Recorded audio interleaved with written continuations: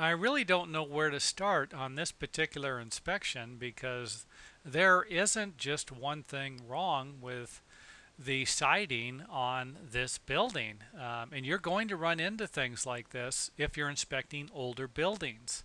First up on the list, it looks like they have a piece of plywood that somebody's obviously installed later. So I'm just going to assume that this was a window and they could have actually moved the window over for some reason.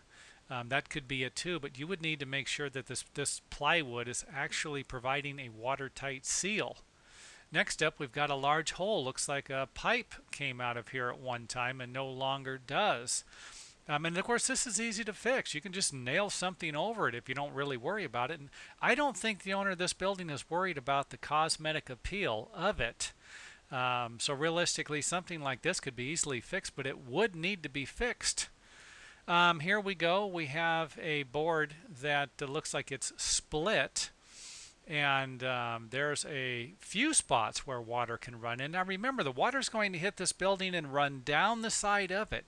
Any cracks or gaps, holes, anything where the water can leak into, it will leak into.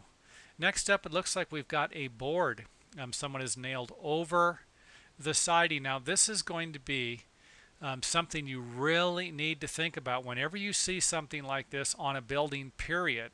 If someone nails a board over a building or puts something on, you'll see it every once in a while. You'll just see a piece of plywood stuck on the side of the building. You need to take that piece of plywood off and see what's behind it, or get an explanation from the owner and hope they're telling the truth, because this could be the sign that maybe there was some type of a repair made that you're not going to be aware of, or that there was some type of damage done to the building.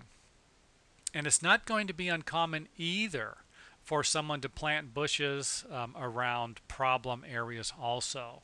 So to recap everything, I don't even, like I said, there is a lot wrong with just this part of the building. I'm not talking about the other part of the building, just what you're looking at right here. There are some big problems with the siding. And if you're thinking about purchasing a building like this, it wouldn't be a bad idea to make sure that there hasn't been any structural framing damage, if possible, if you can get to it. If you can't, then it wouldn't be a bad idea just to smell the interior of the building.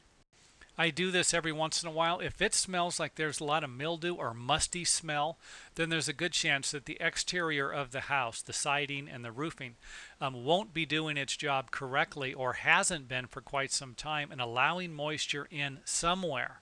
And if it smells musty inside, again, this will be another sign that there is some type of a moisture problem somewhere. I'm not going to say it's on the outside of the building. I'm not going to say it's the roofing. Could be an interior water leak somewhere also. So, but again, this would be something I would think about. If I seen an exterior like this, I would go inside and look for damage or horrible smells.